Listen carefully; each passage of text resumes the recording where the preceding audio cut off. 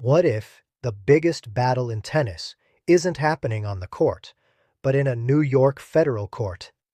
While Novak Djokovic takes the public heat for fighting the tour, the world's #1 player is silently funding the war.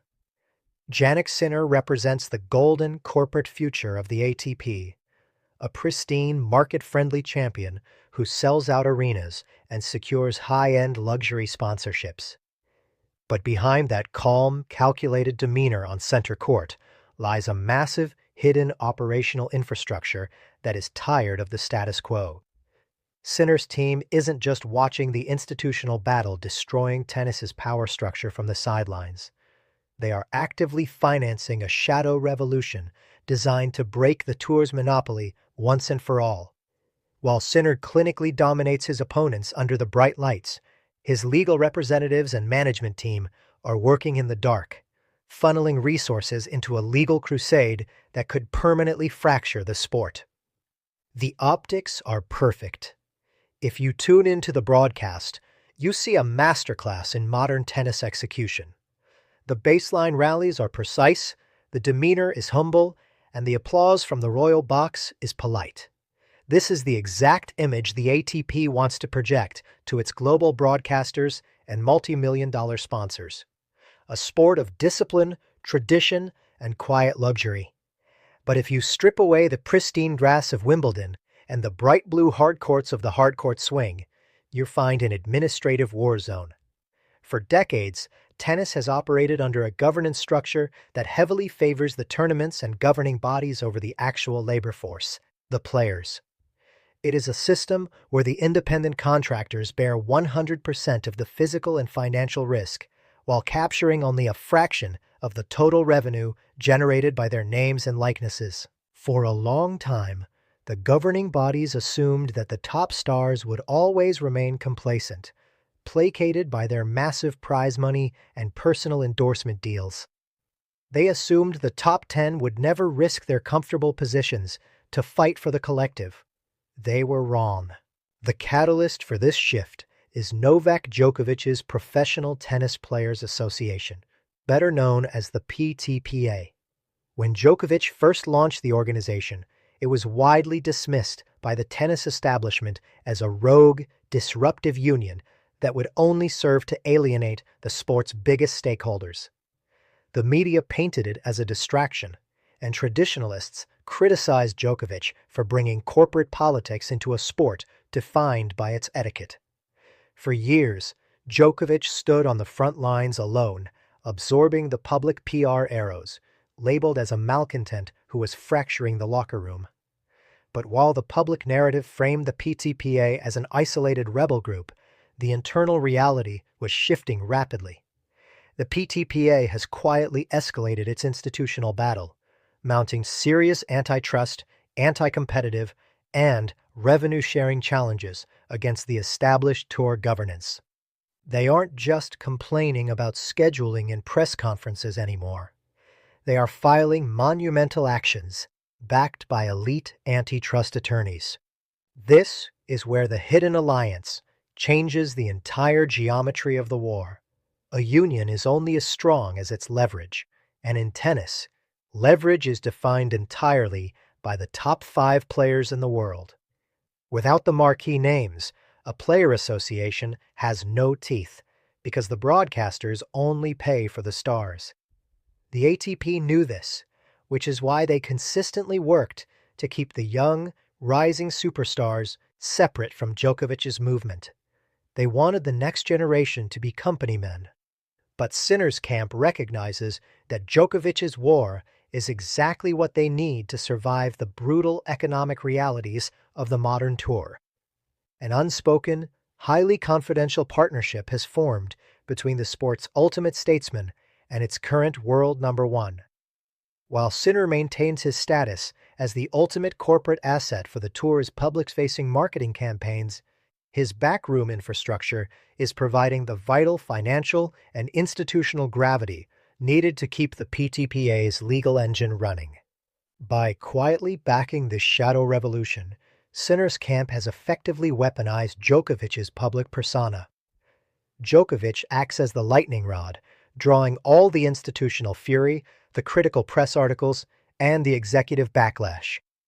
Meanwhile, Sinner's legal team can look at internal ATP documents, analyze the tour's restrictive covenants, and help fund the extensive discovery processes required in federal court, without ever having Sinner's name appearing on a public lawsuit. It is a brilliant, multi-layered strategic play. The tour believes they are managing a peaceful transition of power from the Big Three to a polite new era led by Sinner. In reality, they are dealing with a unified front where the past, present, and future of the sport have secretly aligned to dismantle the very foundation of how professional tennis is run. The quiet Italian superstar isn't just chasing trophies anymore. His camp is actively underwriting the destruction of the old guard. To understand why the world's #1 player would secretly back a legal rebellion against his own tour, you have to look at the brutal economic and physical math of the modern tennis calendar. The ATP has quietly engineered a system that treats its elite athletes less like partners and more like hyper-depreciating corporate assets. Over the last few years, under the guise of growing the sport and maximizing global media rights, Tour governance has systematically expanded its marquee Masters 1000 events. Tournaments like Madrid, Rome, Shanghai, and Canada, which used to be efficient, high-intensity one-week gauntlets, have been artificially bloated into mandatory two-week formats. The ATP marketed this as a win for fans and a way to give players more rest days between matches. In reality, it was a brilliant cash grab designed to trap the top stars in specific cities for twice as long, forcing them to play more total rounds across an unyielding 11-month gauntlet with virtually zero off-season. For Jannik Sinner's camp, this expanded calendar isn't just an inconvenience. It is an existential threat to his career longevity. Sinner is the absolute prime case study for how the modern ATP structure exploits the very players who generate its wealth. When an athlete reaches world #1, they enter a golden cage. The system is designed so that once you reach the summit, you cannot afford to stop moving, or the entire apparatus collapses on top of you. Under the current ATP rules, the ranking system functions as an intense, high-stakes game of defense. Sinner isn't just competing against his opponents on the court. He is trapped in a relentless year-long cycle of defending thousands of mandatory ranking points. If he skips a mandatory Masters 1000 event to rest his body, his ranking plummets. His seeding for the Grand Slams is compromised, and the immense pressure cooker of the media begins to turn against him. But the exploitation goes far deeper than just ranking points. The ATP has masterfully tied its entire financial leverage system to tournament compliance. The top-tier stars don't just make money from winning matches.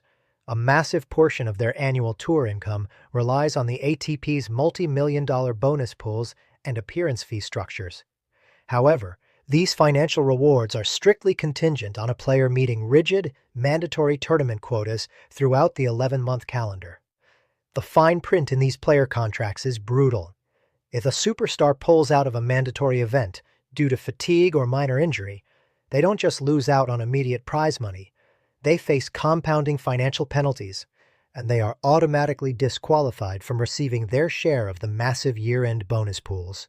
This creates a dystopian reality for an elite athlete. Sinner's camp watches as their player, a generational talent at the absolute peak of his athletic powers, is forced to run his body completely into the ground, just to satisfy the commercial quotas of the tour. The financial structures are intentionally weaponized to trap top stars into playing through chronic pain. If Sinner listens to his medical team and takes a month off to heal a nagging hip or wrist injury, the system punishes him financially and logistically. The tour essentially tells its independent contractors that their physical health is secondary to the broadcast schedules promised to TV networks and streaming giants. The players are forced to mask their pain with anti-inflammatories, step out onto the court, and risk catastrophic career-ending injuries just to protect their commercial standings.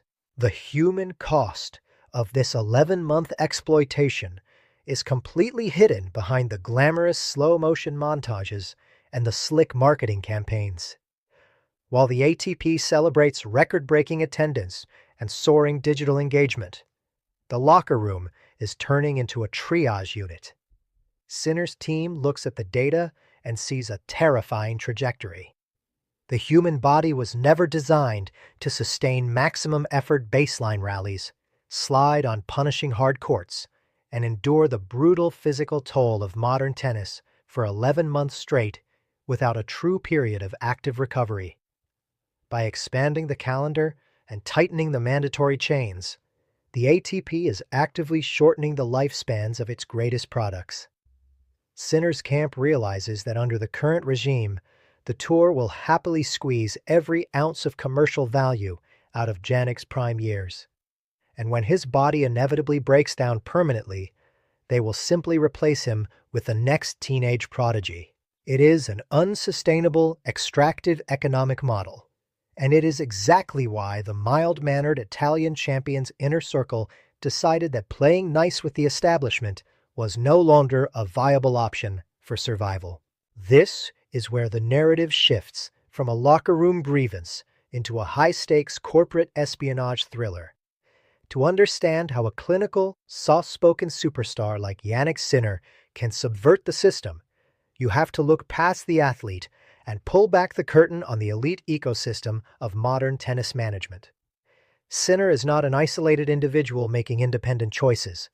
He is the flagship enterprise of an incredibly sophisticated sports management apparatus. And inside that apparatus, the primary rule of survival is simple. Never let a public relations crisis disrupt a global monetization strategy. Sinner's commercial profile is pristine. He is a multi-million-dollar global ambassador for corporate titans, luxury fashion houses, and tier-1 financial institutions. His entire public brand is built on a foundation of humility, quiet elegance, and drama-free discipline. If Sinner were to step up to a microphone at a press conference and openly declare war on the ATP, labeling the tour a corrupt, anti-competitive cartel, the immediate commercial fallout would be catastrophic. Corporate boardrooms despise litigation volatility. The luxury brands paying millions to plaster his face on billboards would instantly panic at the sight of their clean champion becoming a messy, unionizing political activist. Sinner's camp cannot afford the frontline public relations arrows. Fortunately for them, they don't have to take them. They have a lightning rod named Novak Djokovic. For years, Djokovic has been completely comfortable operating as the sport's ultimate contrarian, absorbing media vitriol and executive blacklists to build the Professional Tennis Players Association. Because Djokovic is already cast by mainstream media as the disruptive rebel, he provides the perfect operational cover. Sinner's team employs what corporate strategists call a private ledger strategy, while Sinner maintains absolute unimpeachable diplomacy in public, shaking hands with tour executives and speaking politely about the historical honor of the circuit. His management team, legal advisors, and corporate back channels are running a parallel operation in the dark. This shadow alliance is fueled by highly targeted institutional alignment. The PTPA's massive transnational antitrust lawsuits in New York federal courts are not cheap. They require an astronomical amount of capital to sustain against the combined legal departments of the ATP, the WTA, and the Grand Slams. Sinner's camp utilizes its extensive network of elite sports attorneys and corporate consultants to quietly funnel resources, proprietary data, and back-channel strategy directly into the PTPA's legal engine. When the PTPA files discovery motions demanding to see internal ATP revenue distributions, tournament expense ledgers, and the restrictive covenants tied to player ranking points, they aren't just guessing what to look for. Sinner's team helps map out the structural vulnerabilities of the tour's financial matrix from the inside. They provide the highly specific, data-driven ammunition that the PTPA's named plaintiff use to mount their legal attacks. By executing this back-channel strategy, Sinner's camp gains massive systemic leverage while keeping Jannik's hands entirely clean. If the ATP attempts to retaliate against the rebellion, they are forced to aim their weapons at Djokovic or the lower-ranked vocal players who have populated the formal claimant lists. The tour cannot retaliate against Sinner because on paper, Sinner is doing absolutely nothing wrong. He continues to show up to the mandatory 2-week Masters 1000 events. He continues to smile for the official broadcast cameras, and he continues to act as the perfect corporate savior for the post-Big Three era. The ATP executives are forced to treat their world number one with absolute reverence, completely unaware that the very legal brief threatening to dismantle their global monopoly in a New York courtroom was practically architected with the quiet backing of Sinner's inner circle. This creates a brilliant, asymmetric power dynamic. Sinner's team understands that elite sports are no longer just about athletic performance. They are about data ownership, labor rights, and revenue splits. By allowing Djokovic to absorb the public backlash of the bad guy persona, Sinner's camp can actively underwrite the destruction of the tour's monopsony power without sacrificing a single commercial endorsement. They are letting the old guard fight the bloody public trench warfare so that when the dust settles and the legal system inevitably forces the ATP to restructure its revenue share models, the clean, corporate-friendly superstar will be perfectly positioned to inherit the newly liberated kingdom. It is a masterpiece of corporate maneuvering, a silent, calculated investment in a shadow revolution where the true funder never has to face a single microphone. This institutional Cold War is rapidly approaching a definitive, historic flashpoint. For years, the governing bodies of tennis operated under the assumption that the sport's economic leverage was entirely decentralized. They believed that because tennis players are independent contractors scattered across different continents, surfaces, and tax jurisdictions, a unified labor front was structurally impossible. But the quiet convergence of Novak Djokovic's structural war chest and Jannik Sinner's institutional gravity has completely shattered that assumption. We are no longer looking at a standard locker room dispute over prize money percentages. We are witnessing the construction of a historic, unprecedented top 10 player showdown with tour governance that threatens to completely dismantle the sport's economic hierarchy. The immediate catalyst for this endgame is a massive collision of leverage. The ATP's One Vision strategic plan has aggressively pushed to lock in expanded 2-week Masters 1000 formats well into the future, betting the tour's financial stability on the long-term compliance of its stars. But behind the scenes, the PTPA's antitrust litigation in the Southern District of New York has advanced into a dangerous phase for the establishment. After adding the Grand Slams as defendants and securing an early, highly disruptive settlement with Tennis Australia, the legal team backed by Sinner's camp has forced the remaining governing bodies into a defensive corner. Federal judges have already issued strict orders prohibiting the tour from retaliating against players who align with the antitrust class action, effectively stripping executives of their ability to suppress the movement through threats of suspension or ranking bans. This legal protection has set the stage for an ultimate corporate standoff. Sinner and Djokovic collectively hold the keys to the entire sport's broadcast valuation. If you remove the top 3 players in the world from a Masters 1000 television package, the media rights value drops by more than 60% instantly. Television networks do not pay hundreds of millions of dollars to broadcast generic Tier 2 matches. They pay for the specific, high-retention drama of the world's absolute best fighting for history. By securing Sinner's quiet structural backing, the rebellion has quietly amassed enough critical mass to execute the ultimate labor threat, a synchronized, mass top-player walkout from mandatory events.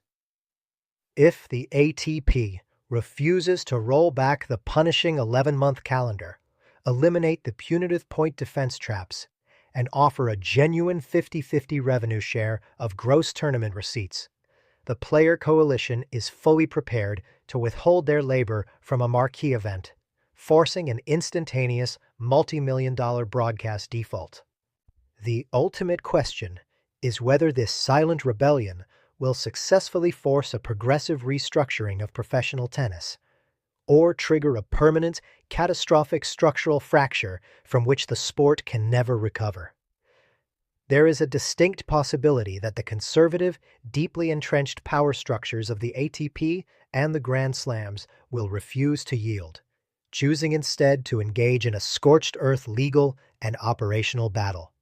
If the governing bodies try to call the players' bluff, it will force the creation of an entirely separate, player-owned breakaway competitive circuit, effectively dividing the sport into two competing ecosystems, destroying historical record-keeping and alienating a global fan base.